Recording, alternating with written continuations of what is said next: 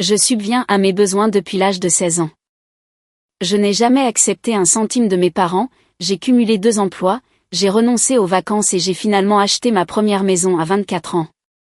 Lors du barbecue familial, ma mère m'a pointé du doigt et a hurlé « Tu as volé l'avenir de ta sœur ». Une semaine plus tard, j'ai reçu une assignation en justice. Mes parents me poursuivaient pour avoir ruiné les chances de ma sœur. Ce qui s'est passé ensuite était absolument hilarant. J'écris ceci depuis mon salon, celui que j'ai acheté avec mon propre argent, et j'ai encore du mal à croire ce qui est arrivé. Mon nom est Claire. J'ai 24 ans et je viens de vivre le drame familial le plus insensé qui soit, qui s'est terminé d'une manière que personne n'aurait pu prédire. Laissez-moi commencer par le début. Quand j'avais 16 ans, mes parents m'ont fait asseoir et m'ont annoncé qu'ils ne paieraient plus rien pour moi au-delà des nécessités de base. Ma sœur Madison avait 14 ans à l'époque, et ils m'ont expliqué que tout leur argent supplémentaire devait être consacré à son avenir. Madison était spéciale. Ils disaient qu'elle avait du potentiel, qu'elle allait accomplir de grandes choses. Moi, j'étais juste là. Le problème, c'est que Madison n'était particulièrement douée pour rien. Elle avait des notes moyennes, ne faisait pas de sport et passait le plus clair de son temps sur les réseaux sociaux. Mais mes parents étaient convaincus qu'elle était destinée à la grandeur. Et on attendait de moi que je comprenne et que je m'efface. Alors, j'ai trouvé un travail dans un café local la semaine suivant cette conversation. Je travaillais tous les jours après l'école, économisant chaque centime que je pouvais. Quand j'ai eu 17 ans, j'ai pris un deuxième emploi le week-end dans un magasin de détail au centre commercial. Mes parents n'y voyaient pas d'inconvénient, car cela signifiait que je ne leur demandais pas d'argent. Ils étaient trop occupés à aduler Madison et son médiocre nombre d'abonnés sur Instagram pour remarquer à quel point j'étais épuisée. J'achetais mes propres vêtements, je payais mes propres fournitures scolaires, et quand le bal de promo est arrivé, je l'ai sauté parce que je ne pouvais pas me permettre une robe et ne voulais pas gaspiller d'argent pour une seule nuit. Ma mère a même semblé soulagée, car cela signifiait que Madison pourrait avoir une plus grande fête pour ses 16 ans l'année suivante. L'université n'était même pas une option pour moi. Mes parents avaient clairement indiqué qu'il n'y avait pas de fonds d'études à mon nom. Chaque dollar qu'ils avaient économisé était réservé à la future éducation de Madison, dans n'importe quelle université prestigieuse qu'il accepterait. Je me suis donc inscrite dans un community college et j'ai payé mes propres frais de scolarité tout en continuant à travailler à mes 2 emplois. J'ai emménagé dans un minuscule appartement avec 2 colocataires à 18 ans, partageant le loyer en 3 et mangeant des ramen la plupart des soirs. Pendant ce temps, Madison vivait sa meilleure vie. Tuteur privé pour le SAT, une voiture neuve pour ses 16 ans, des voyages de spring break avec des amis que mes parents finançaient, des vêtements de créateur pour sa présence grandissante sur les réseaux sociaux. Mes parents justifiaient cela en disant qu'ils investissaient dans sa marque. Elle avait environ 8000 abonnés sur Instagram à ce moment-là, principalement des amis d'école et des personnes au hasard. Rien qui ne s'approche du statut d'influenceuse, mais mes parents la traitaient comme si elle était la prochaine grande star. J'ai gardé la tête baissée et j'ai travaillé. J'ai été transférée dans une université d'État après 2 ans de community college, finançant mes études grâce à une combinaison de bourses que j'avais obtenues, de prêts étudiants et de mon emploi continu. J'ai obtenu mon diplôme en 3 ans et demi avec une licence en comptabilité. J'ai immédiatement été embauchée dans un bon cabinet et j'ai commencé à gagner un vrai salaire pour la première fois de ma vie. J'avais 22 ans quand j'ai commencé à économiser sérieusement pour une maison. Tout le monde pensait que j'étais folle. Mes collègues disaient que je devrais voyager, profiter de ma vingtaine, vivre un peu. Mais je rêvais d'avoir mon propre espace, quelque chose qui m'appartiendrait à moi et à moi seule depuis si longtemps.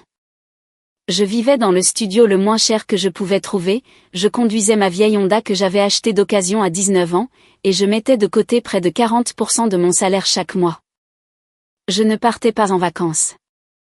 Je n'achetais pas de nouveaux vêtements, sauf en cas de nécessité absolue. Je préparais mes repas religieusement et apportais mon déjeuner au travail tous les jours. Mes collègues m'invitaient à des happy hours et je refusais, couvant mon compte d'épargne comme une plante fragile nécessitant une attention constante. Pendant ce temps, Madison avait terminé le lycée et commencé dans une université privée coûteuse. Mes parents payaient pour tout, frais de scolarité, logement, nourriture, argent de poche, tout. Elle avait changé de spécialisation 3 fois en 2 ans et étudiait actuellement les médias numériques et la communication, ce qui semblait impliquer beaucoup de fêtes d'après ses stories Instagram. Son nombre d'abonnés était passé à environ 15 000. Toujours loin du statut d'influenceuse, mais mes parents étaient convaincus qu'elle était sur le point de percer. Ils ne m'ont jamais demandé comment j'allais, ne se sont jamais demandé si j'avais besoin d'aide ou de soutien. Je les voyais occasionnellement lors des réunions de famille, et la conversation tournait toujours autour de Madison, ses cours, sa vie sociale, son parcours de créatrice de contenu, ses opportunités de réseautage. J'étais devenue un bruit de fond dans ma propre famille, mais je m'en fichais. J'avais mes propres objectifs. 2 ans d'économie agressive plus tard, à 24 ans, j'avais assez pour un acompte. J'ai trouvé une jolie petite maison de 3 chambres dans un quartier décent à environ 40 minutes de la ville. Elle n'était pas immense, mais elle avait un jardin, de bonnes fondations, et elle était à moi. Le jour où j'ai signé l'acte de vente, j'ai pleuré dans ma voiture pendant 20 minutes. Personne de ma famille ne le savait parce que je ne leur avais rien dit. Pourquoi l'aurais-je fait? Ils n'avaient fait aucune partie de ce voyage. J'ai passé le mois suivant à emménager, à rénover l'endroit. J'ai peint les murs, planté des fleurs dans le jardin de devant et les meublé lentement avec des pièces trouvées dans des friperies et sur Facebook Marketplace.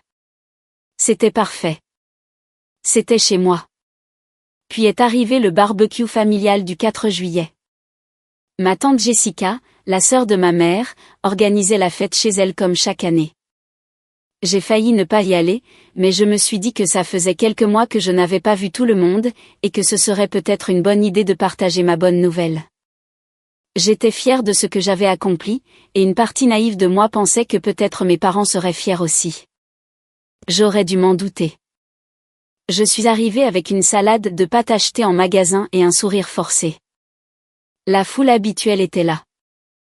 Mes parents, Madison, qui étaient rentrés pour les vacances d'été, ma tante Jessica et mon oncle Mark, mes cousins Tyler et Brittany, et les parents de ma mère, grand-mère Linda et grand-père Joe.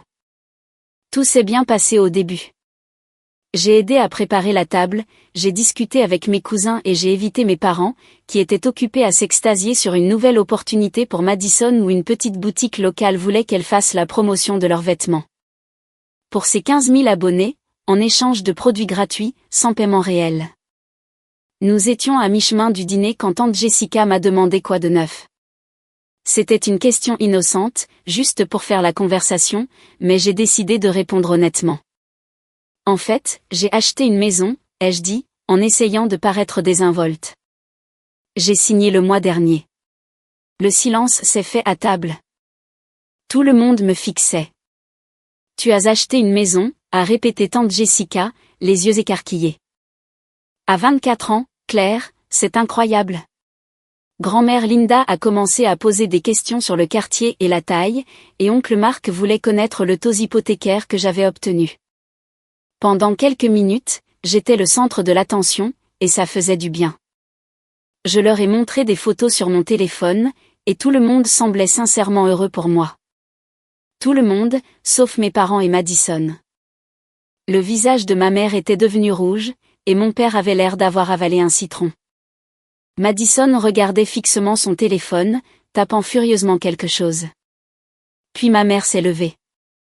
Elle s'est littéralement levée de la table de pique-nique, me pointant du doigt comme si elle était dans un drame judiciaire. « Tu as volé l'avenir de ta sœur », a-t-elle hurlé. Tout le jardin est devenu silencieux. Même le chien du voisin a cessé d'aboyer. « Pardon », ai-je dit, sincèrement confuse. « Cet argent », a poursuivi ma mère, la voix tremblante de rage. « Cet acompte, ces économies. Ça aurait dû aller à Madison. Tu as accumulé de l'argent pendant des années pendant que ta sœur luttait, et maintenant tu as volé sa chance de construire sa plateforme, de réussir. » Je la fixais, abasourdie. « Maman, de quoi tu parles ?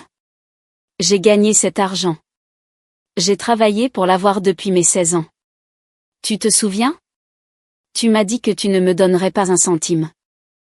Tu étais censé aider ta sœur, a renchéri mon père, se levant à son tour. Je n'en croyais pas mes oreilles. Un investissement dans sa carrière? C'est une étudiante avec un compte Instagram. C'est une influenceuse, a crié ma mère. Ou elle le serait si elle avait le soutien adéquat. Mais non, il a fallu que tu ailles gaspiller de l'argent dans une maison dont tu n'as pas besoin au lieu d'aider ta sœur à réaliser ses rêves. Madison pleurait maintenant, de vraies larmes coulant sur son visage. Je ne peux pas te croire, Claire, a-t-elle sangloté. Je suis ta sœur. Comment as-tu pu être si égoïste? J'ai regardé autour de la table. Ma tante et mon oncle semblaient mal à l'aise. Mes cousins fixaient leurs assiettes. Mes grands-parents avaient l'air choqués, mais ne disaient rien. J'ai gagné chaque centime de cet argent moi-même, ai-je dit lentement, en essayant de garder ma voix stable. Je suis financièrement indépendante depuis l'âge de 16 ans parce que vous m'avez dit de l'être. Je ne dois rien à Madison. Tu lui dois tout, a hurlé ma mère. Nous sommes une famille. Son succès est le succès de la famille. Mais tu as toujours été jalouse d'elle. Tu as toujours essayé de la freiner. C'est là que j'ai perdu mon sang-froid. Pas en hurlant, mais d'une manière froide et calme qui m'a même surprise. Je m'en vais, ai-je dit, en me levant et en prenant mon sac. Et honnêtement, ne me contactez pas à moins que vous ne soyez prêt à vous excuser. J'ai quitté ce barbecue la tête haute tandis que ma mère continuait de crier sur la trahison et les obligations familiales. Mon téléphone a commencé à exploser avant même que j'arrive à ma voiture. Des SMS de Madison me traitant d'égoïste. Des messages de ma mère sur la façon dont j'avais embarrassé la famille. Un long email de mon père sur les valeurs familiales et le soutien mutuel. Je les ai tous bloqués et je suis rentrée chez moi, dans ma maison, où je me suis versé un grand verre de vin et j'ai essayé de digérer ce qui venait de se passer. Une semaine plus tard, j'ai reçu une assignation. J'étais au travail quand un huissier s'est présenté en me demandant. Mes collègues avaient l'air inquiets alors que je signais pour l'enveloppe, pensant probablement que j'avais des ennuis. J'ai attendu d'être seule dans une salle de conférence pour l'ouvrir. Mes parents me poursuivaient en justice, réellement. Le procès affirmait que j'avais détourné des ressources familiales et causé un préjudice émotionnel et financier à Madison. Il soutenait que l'argent que j'avais gagné en vivant sous leur toit en tant que mineure appartenait à la famille et qu'en l'accumulant au lieu de contribuer à la carrière de Madison, j'avais ruiné ses chances de succès. Il réclamait 150 000 $ de dommages et intérêts, le montant que j'avais utilisé pour mon acompte, plus un supplément pour les opportunités perdues de Madison.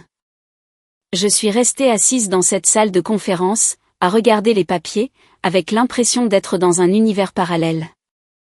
Il me poursuivait pour de l'argent que j'avais gagné à mes propres emplois. De l'argent auquel il n'avait jamais contribué. De l'argent que j'avais économisé au prix de années de sacrifices pendant qu'il dépensait tout pour Madison. J'ai immédiatement appelé une avocate. Elle s'appelait Patricia Chen et m'avait été chaudement recommandée par une collègue qui avait traversé un divorce difficile. Je l'ai rencontrée le lendemain et je lui ai tout montré, le procès, les relevés bancaires montrant tous mes dépôts de mes emplois au fil des ans, les SMS et emails de mes parents prouvant qu'ils m'avaient coupé financièrement et n'avaient jamais contribué à mes économies. Patricia a tout examiné, puis m'a regardé avec l'expression la plus incrédule que j'ai jamais vue. C'est le procès le plus ridicule que j'ai vu en 15 ans de carrière, a-t-elle dit. Ils n'ont absolument aucune chance. L'argent que vous avez gagné grâce à votre propre emploi est à vous. Point.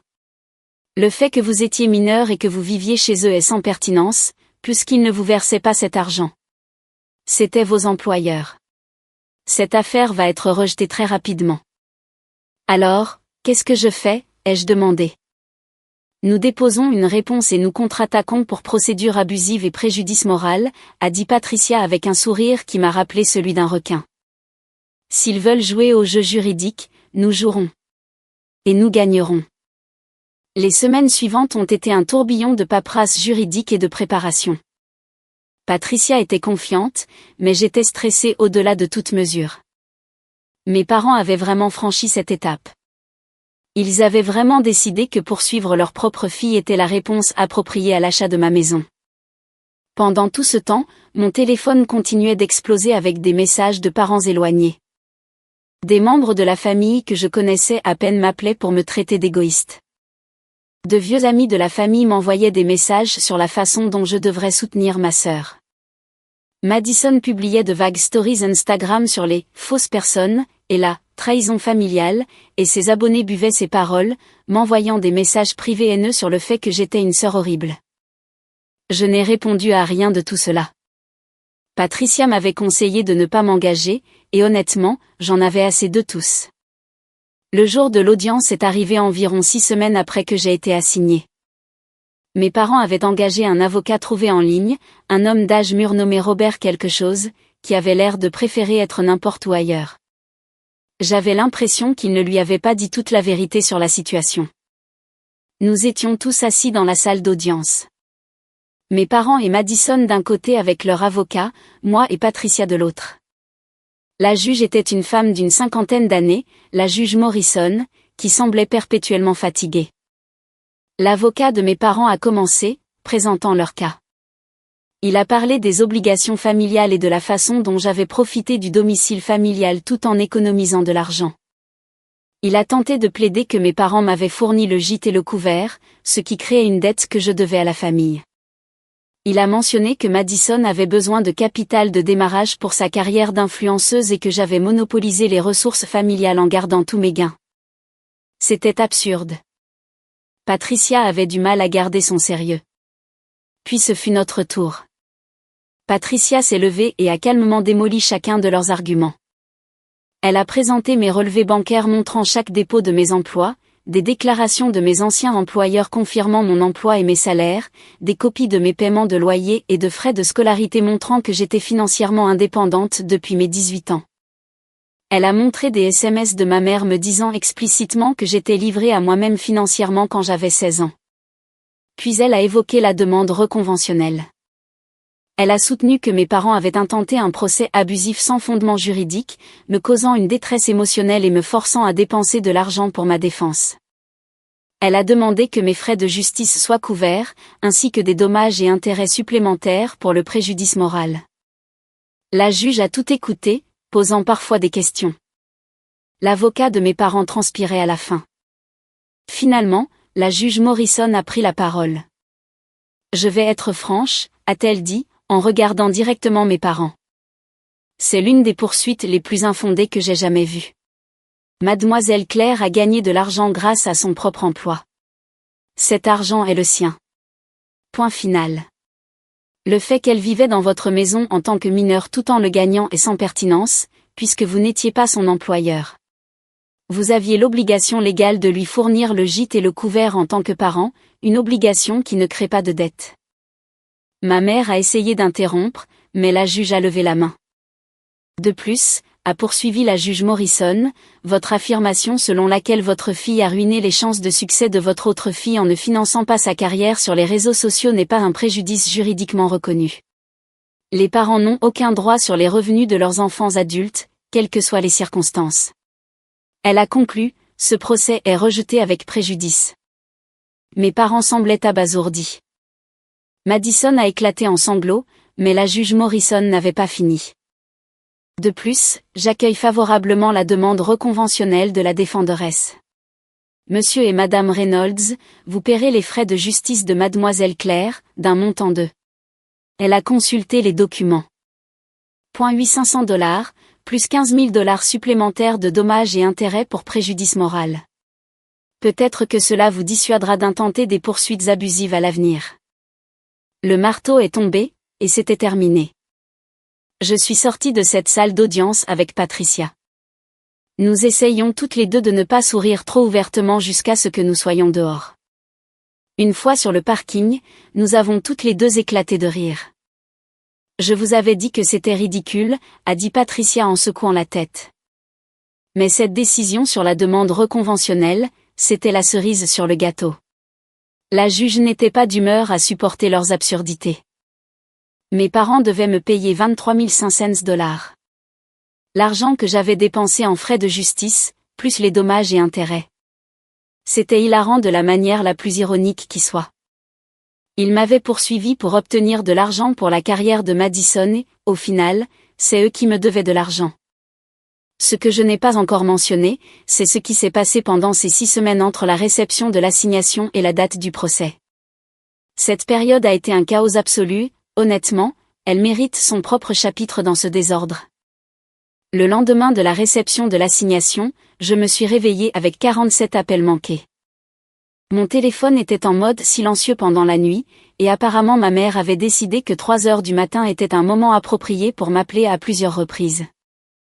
Les messages vocaux ont commencé par de la colère, ont progressé vers des pleurs et se sont terminés par des hurlements sur la façon dont je détruisais la famille.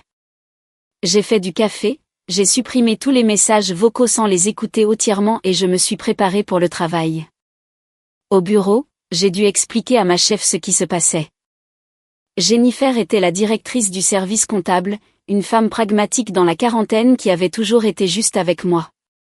Je me suis dit qu'elle devait savoir au cas où les choses s'envenimeraient, surtout depuis que l'huissier s'était présenté au travail. Tes parents te poursuivent pour avoir acheté une maison avec ton propre argent, a répété Jennifer, me regardant comme si j'avais une deuxième tête. Claire, c'est insensé. La nouvelle du procès s'est répandue dans ma famille comme une traînée de poudre. Mon téléphone est devenu un flux constant de notifications. Tante Jessica a appelé, mortifiée par toute la situation. Elle s'est excusée de ne pas s'être plus exprimée lors du barbecue et m'a assuré qu'elle trouvait le procès ridicule. Ta mère a toujours été aveugle quand il s'agit de Madison, m'a-t-elle dit. Mais là, ça dépasse tout ce que j'aurais pu imaginer. Poursuivre son propre enfant ? Je ne reconnais même plus ma sœur. Mes grands-parents ont appelé aussi. Grand-mère Linda était furieuse, non pas contre moi, mais contre mes parents. Je n'ai pas élevé ta mère pour qu'elle soit comme ça, a-t-elle dit, sa voix tremblante de colère et de déception. Ce que tu as fait, subvenir à tes besoins toutes ces années, ça demande de la force. Une vraie force. Je suis fière de toi, ma chérie. Même si tes parents sont trop stupides pour le voir. Mais pour chaque appel de soutien, il y en avait 3 hostiles. Le côté de la famille de ma mère, des cousins que je connaissais à peine, même des amis de la famille à qui je n'avais pas parlé depuis des années, tous se sentaient le droit de donner leur avis.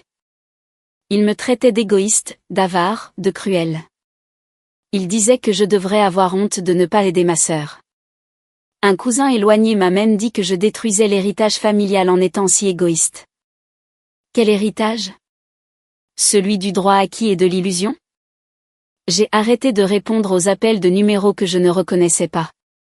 J'ai arrêté de consulter Facebook après avoir découvert que Madison avait publié une longue diatribe sur moi, se présentant comme la victime d'une sœur aînée jalouse et cruelle qui avait toujours essayé de saboter ses rêves. Ce qui m'a aidé à traverser ces semaines, c'est de me concentrer sur les faits. Patricia m'avait assuré que notre cas était en béton, mais elle m'a aussi préparé au coup émotionnel. Les procès familiaux sont les pires, m'a-t-elle dit. Il ne s'agit pas seulement de questions juridiques. Il s'agit de trahison et de blessures. Elle avait raison. Tard le soir, seule dans ma maison, il m'arrivait de fondre en larmes. Non pas parce que je pensais avoir tort, mais parce que ça faisait mal que mes propres parents me voient comme rien de plus qu'une tirelire pour Madison. J'ai commencé à voir une thérapeute. Le docteur Sarah Martinez était spécialisée dans l'éloignement familial et les traumatismes, et elle m'a aidé à traiter tout ce que je ressentais. Vos parents s'attendaient à ce que vous vous mettiez le feu pour garder Madison au chaud, m'a-t-elle dit lors d'une séance. Ils vous ont parentifié sur le plan financier. Pendant ce temps, Patricia construisait notre dossier comme une forteresse. Elle a obtenu des déclarations de mes anciens employeurs, compilé chaque SMS et email. Nous n'allons pas seulement gagner, m'a dit Patricia avec un sourire féroce. Nous allons nous assurer qu'ils regrettent d'avoir jamais intenté ce procès. 2 semaines avant l'audience, ma mère s'est présentée chez moi. Elle était dans sa voiture dans mon allée. Mon estomac s'est noué. Claire, s'il te plaît, nous devons parler, a-t-elle dit. Je n'ai rien à te dire. Tu me poursuis en justice. Tout ce que tu veux communiquer peut passer par mon avocate. Ne sois pas ridicule. Je suis ta mère.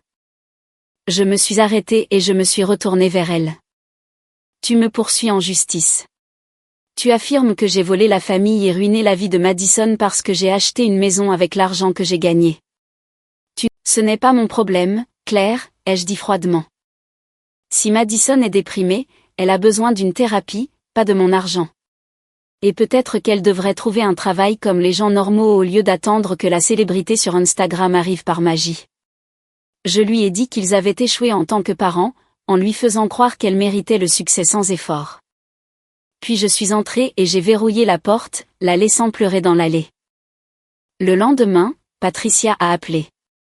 Les avocats de vos parents m'ont contacté. Ils veulent un règlement à l'amiable. Ils proposaient d'abandonner le procès si j'acceptais de ne pas poursuivre la demande reconventionnelle. J'ai réfléchi pendant exactement 3 secondes. Non. Vous êtes sûr? Non, ai-je répété fermement. Ils ont commencé ça parce qu'ils pensaient pouvoir me harceler pour obtenir de l'argent. Si nous réglons à l'amiable, ils n'apprendront rien.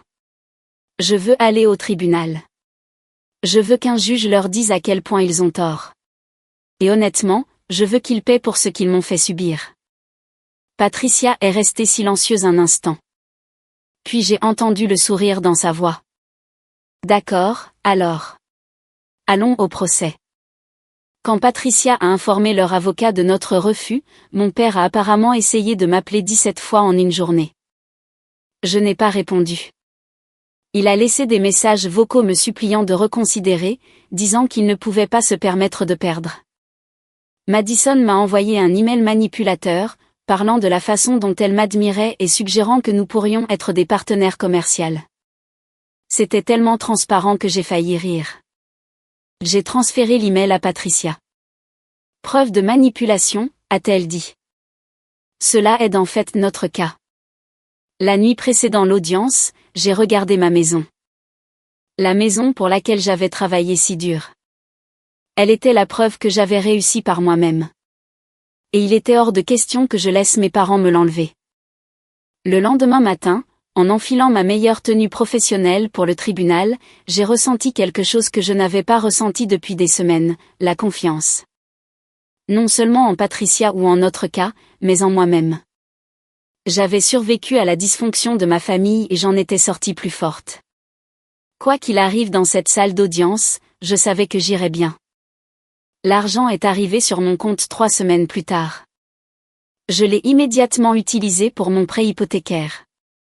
Mais le vrai divertissement est venu des conséquences. Madison avait parlé du procès sur son Instagram, se posant en victime. Mais après le jugement, je suis presque sûr que c'était mon cousin Tyler a publié les documents du tribunal dans les commentaires d'un de ses messages. Les gens ont commencé à voir la vérité. Internet a fait ce qu'il fait de mieux, il s'est retourné contre Madison. Ses commentaires se sont remplis de gens la traitant de gâtée et de privilégiée. Son nombre d'abonnés a chuté. Elle est devenue un mème mineur pendant quelques semaines, l'affiche des aspirants influenceurs ayant droit à tout. Elle a fini par supprimer complètement son compte Instagram. Aux dernières nouvelles de tante Jessica, Madison a dû changer de nouveau de spécialisation car elle ne supportait pas l'embarras, et mes parents ont finalement réduit le financement de son style de vie puisqu'ils devaient trouver 23 500 $ pour moi. Quant à mes parents, ils sont devenus des parias dans la famille. Grand-mère Linda leur aurait dit leurs 4 vérités. Tante Jessica a cessé de les inviter aux événements familiaux. Leurs amis ont commencé à les éviter. Ma mère a essayé de m'appeler quelques mois plus tard. J'ai laissé le message aller sur la boîte vocale. C'était un message décousu sur leurs erreurs, mais sans véritables excuses. Je l'ai supprimé. Papa a envoyé un email légèrement meilleur, admettant qu'ils avaient mal géré les choses. Je n'ai pas répondu. Madison m'a envoyé un SMS pour mon anniversaire cette année. Juste, joyeux anniversaire. Rien d'autre. Je n'ai pas répondu non plus. J'ai maintenant 25 ans, assise dans ma maison à l'hypothèque réduite que j'ai achetée avec mon propre argent. J'ai eu une promotion au travail le mois dernier. Je sors avec quelqu'un qui trouve mon autosuffisance séduisante plutôt que menaçante. J'ai même pris mes premières vraies vacances depuis des années. Parfois, les gens me demandent si je me sens mal de la façon dont tout s'est passé. La réponse est non. Je n'ai pas volé l'avenir de Madison. Elle n'a jamais eu l'avenir que mes parents imaginaient pour elle, car cet avenir était basé sur un fantasme. Mes parents m'ont appris à être indépendante, même si ce n'était pas leur intention. Et à la fin, ils m'ont payé 23 500 $ pour avoir le privilège d'apprendre qu'on ne peut pas forcer ses enfants adultes à obéir par voie de justice. La maison est calme ce soir. Je bois du thé sur ma terrasse arrière, en regardant le jardin que j'ai planté au printemps dernier et qui commence enfin à s'épanouir. Mon téléphone est silencieux. Pas de SMS en colère, pas de culpabilisation de ma mère, juste la paix. Et honnêtement, c'est la meilleure des vengeances. Pas l'argent du procès, pas les rêves d'influenceuse ratée de Madison, pas l'exil social de mes parents. C'est ça. Je suis sincèrement heureuse, et j'ai construit ce bonheur entièrement selon mes propres termes. C'est moi qui ai eu le dernier mot, et c'est la plus douce des victoires. Mise à jour, puisque les gens continuent de demander, oui, mes parents ont tenté de faire appel du jugement. La demande a été rejetée. Leur avocat s'est même retiré de leur représentation après cela. Et non, Madison n'est pas revenue sur les réseaux sociaux. Apparemment, elle travaille maintenant dans un magasin de détail. Ironiquement, la même chaîne où je travaillais à 17 ans. La vie a parfois le sens de l'humour. Je pense à prendre un chien, un gros, parce que je peux. Parce que c'est ma maison et que je prends mes propres décisions. Et c'est la fin de l'histoire. La maison est toujours à moi, je continue de m'épanouir, et ma famille fait toujours face aux conséquences de ses propres actions.